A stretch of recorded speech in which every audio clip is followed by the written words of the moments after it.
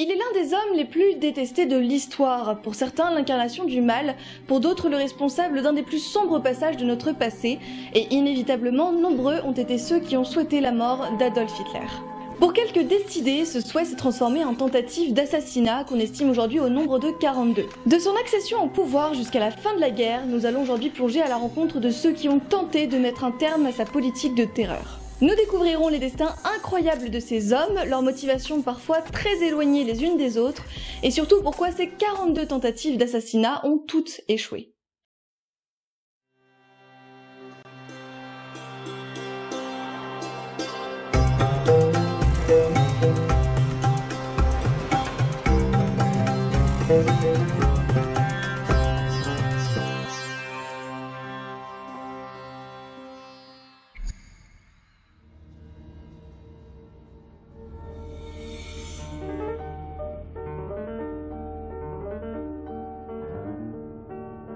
Entre 1923 et la fin du Troisième Reich, le nombre de tentatives d'assassinat se sont multipliés autour du Führer.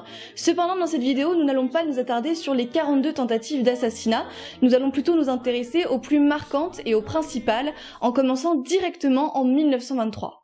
Alors que l'Allemagne se trouve dans un état d'humiliation et subit de plein fouet les répercussions de la dette de la Première Guerre mondiale, Hitler tente un coup d'état, un putsch, et l'annonce dans une brasserie de Berlin.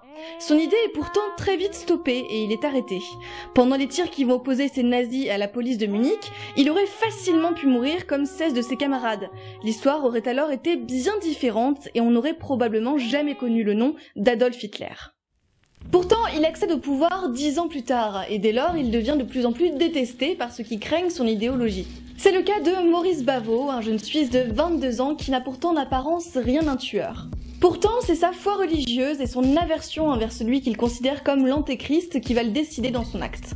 Le 9 novembre 1938, au cours du défilé en l'honneur du putsch raté de 1923, le jeune homme passe à l'action.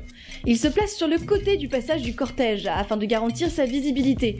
Mais au moment fatidique, la foule trop importante et en hystérie face à la vue du Führer empêche le jeune homme de viser.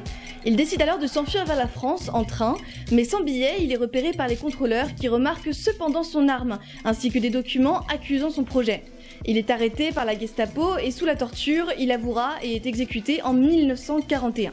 Cette tentative souligne ainsi la défaillance de sécurité autour d'Hitler et après 1938, le défilé sera donc supprimé. L'année suivante, alors que le gouvernement annexe l'Autriche et menace d'entrer en guerre, le danger que représente le Führer se précise.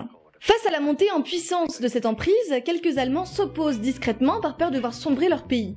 Parmi eux, un certain Georg Elser, un ébéniste de 36 ans.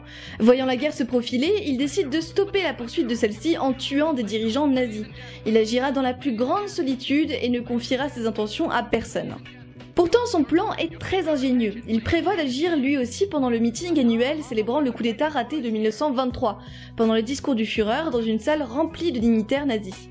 Ainsi, pendant près d'un mois, il se cache chaque nuit dans la brasserie qui accueille l'événement afin de creuser un trou dans le pilier situé derrière l'estrade où le Führer prononcera son discours.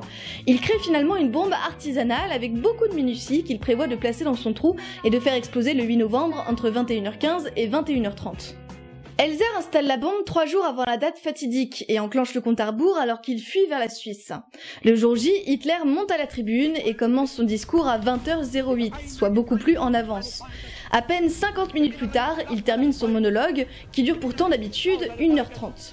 En fait, Hitler est pressé par son train de 21h31 qui doit le ramener à Berlin pour des affaires de guerre. Il quitte donc la salle à 21h08, suivi de tous les dignitaires nazis. L'explosion a lieu à 21h20 comme prévu et seules 8 personnes décèdent à la suite de celle-ci. Si Hitler avait prévu son discours comme à l'habitude, il aurait avec certitude été tué. Quant à Elser, il est arrêté à la frontière suisse quelques minutes seulement après l'explosion. On trouve avec lui des outils ainsi qu'un croquis de la bombe et il avoue fièrement ses actes avant d'être emprisonné puis exécuté au camp de concentration de Dachau. Cette attaque alerta plus sérieusement les services chargés de la sécurité d'Adolf Hitler, qui procédèrent par la suite à des arrestations préventives avant chaque représentation publique du Führer. On ne l'approche plus sans faire partie de son cercle privé, et il devient quasi impossible de se trouver en sa proximité. Cependant, au fil de l'avancée de la guerre, les raisons pour tuer le dirigeant nazi deviennent de plus en plus nombreuses, et le danger pour Adolf Hitler ne vient plus seulement de ses opposants, mais désormais de ses propres officiers. Un officier comme par exemple le colonel Henning von Tresckow, un homme respecté possédant une brillante carrière militaire.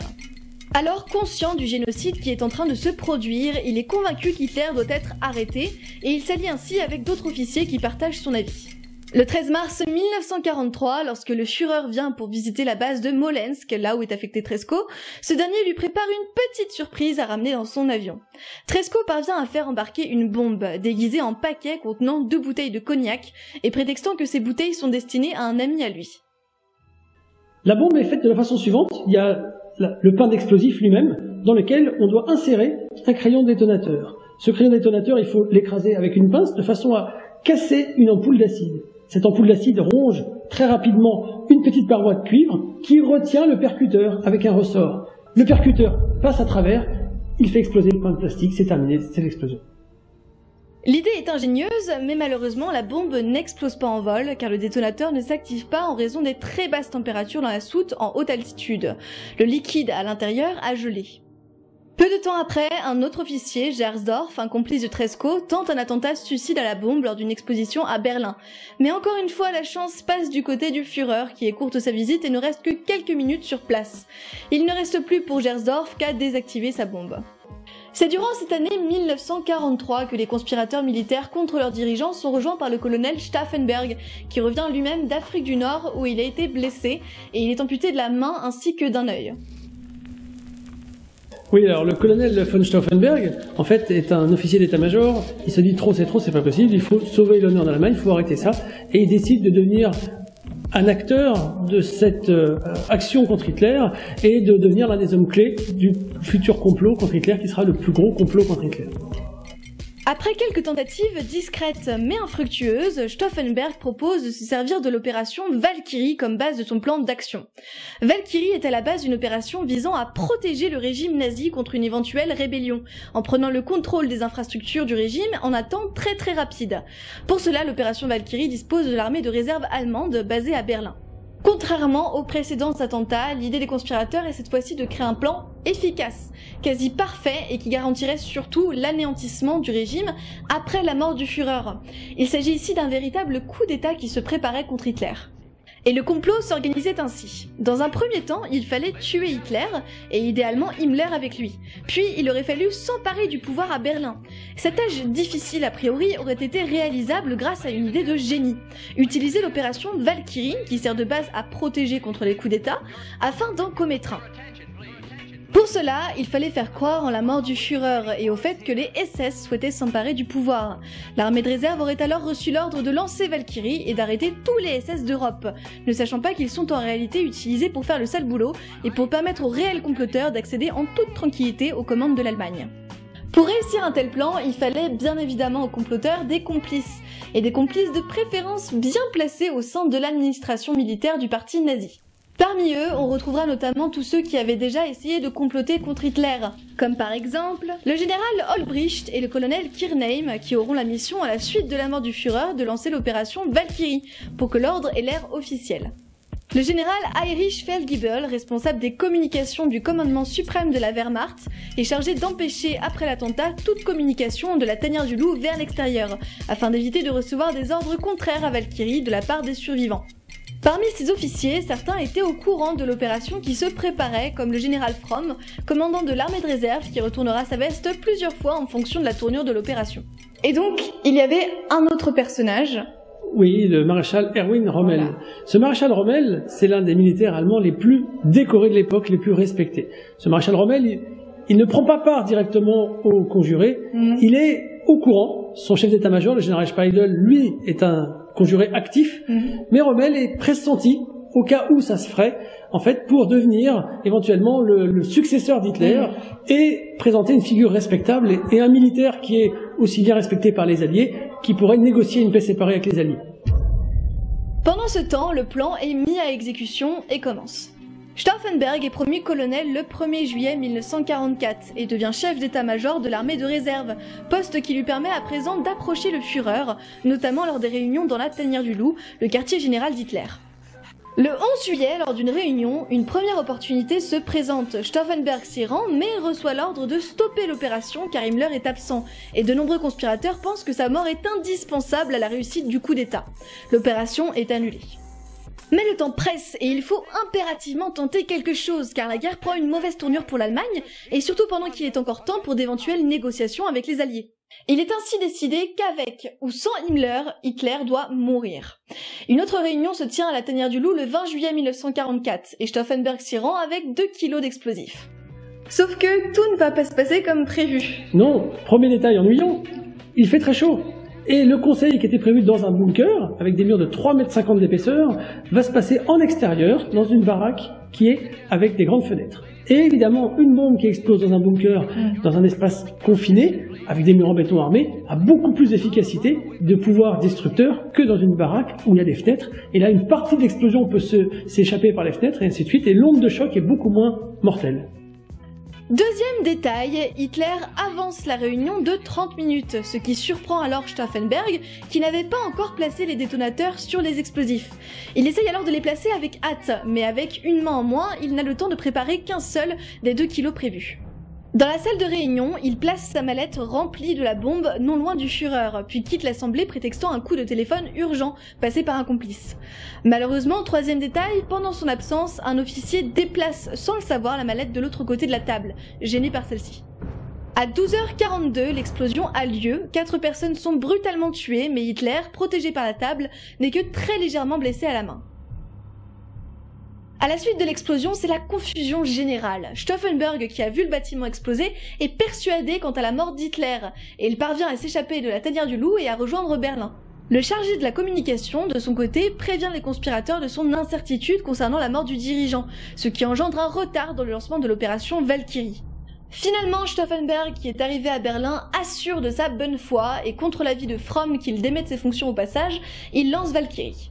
L'ordre part et l'opération se met en place comme prévu. L'armée de réserve reçoit l'ordre d'arrêter les SS accusés de vouloir prendre le pouvoir. À Berlin, Paris, Prague et Vienne, tous les officiers SS sont arrêtés.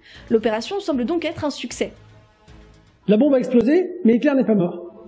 Qu'est-ce qui se passe? L'officier allemand qui, lui, à Berlin, est chargé d'aller arrêter Goebbels, le ministre de la propagande, arrive dans le bureau de Goebbels, il trouve Goebbels au téléphone, il dit « Je vous êtes en état d'arrestation ». Goebbels lui dit « Tenez, il y a le téléphone pour vous ». Il est très surpris, il prend le téléphone, et qu'est-ce qu'il a au bout de la ligne, il a Hitler. Et là, Hitler lui dit, écoutez, je ne suis pas mort, ça suffit, c'est moi qui donne les ordres. Et du coup, ce commandant va du coup repasser sous les ordres d'Hitler et de Goebbels, et va aller arrêter les conjurés. C'est la fin du putsch.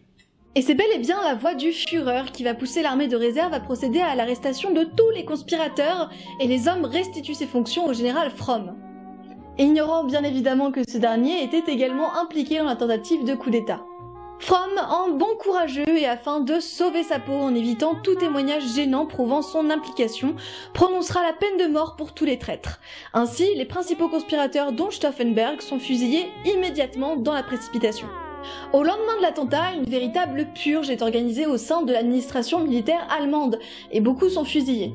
Cette tentative échouée va en réalité conforter Hitler dans son idée d'être le sauveur de l'Allemagne, soutenu par la Providence, et il va attribuer sa survie miraculeuse au fait qu'il a une mission à accomplir au sein de son pays.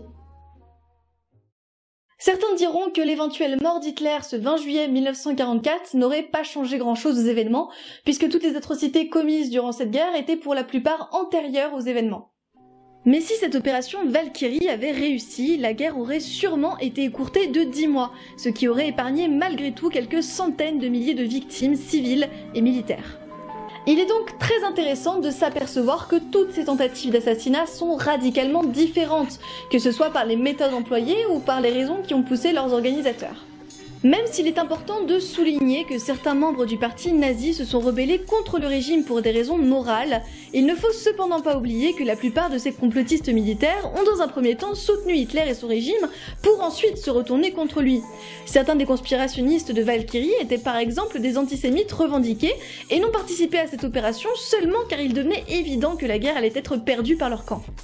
Pour la fin de l'histoire, sachez que Fromm ne s'en est pas si bien tiré que ça puisqu'il a été jugé puis exécuté pour ce rôle ambigu qu'il a eu dans ce complot.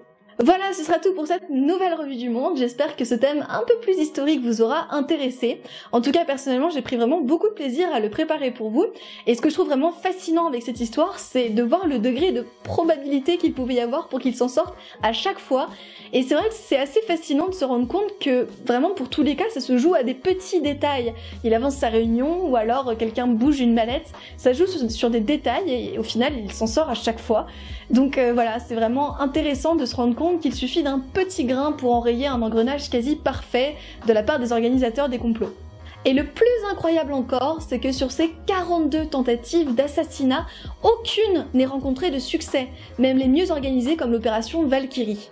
Comme d'habitude, je vous invite à vous abonner à la chaîne si ça n'est toujours pas fait, et surtout je vous invite à aller voir un petit peu ce qui se passe sur la page Tipeee de l'émission.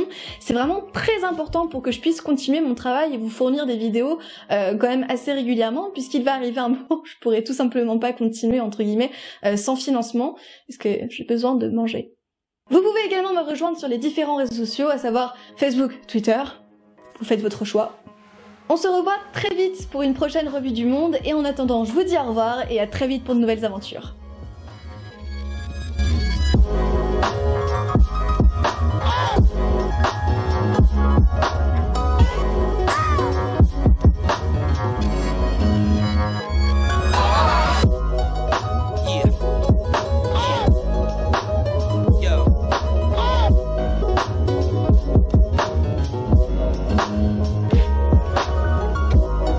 Complètement faire basculer le plan qui va foirer parce que je viens de toucher ton micro. Il y avait également un dernier personnage au courant, il s'agit... Erwin Rommel, voilà. Le fameux maréchal Rommel, le fameux renard du désert, le fameux renard du désert, le fameux renard du désert, le fameux renard du désert.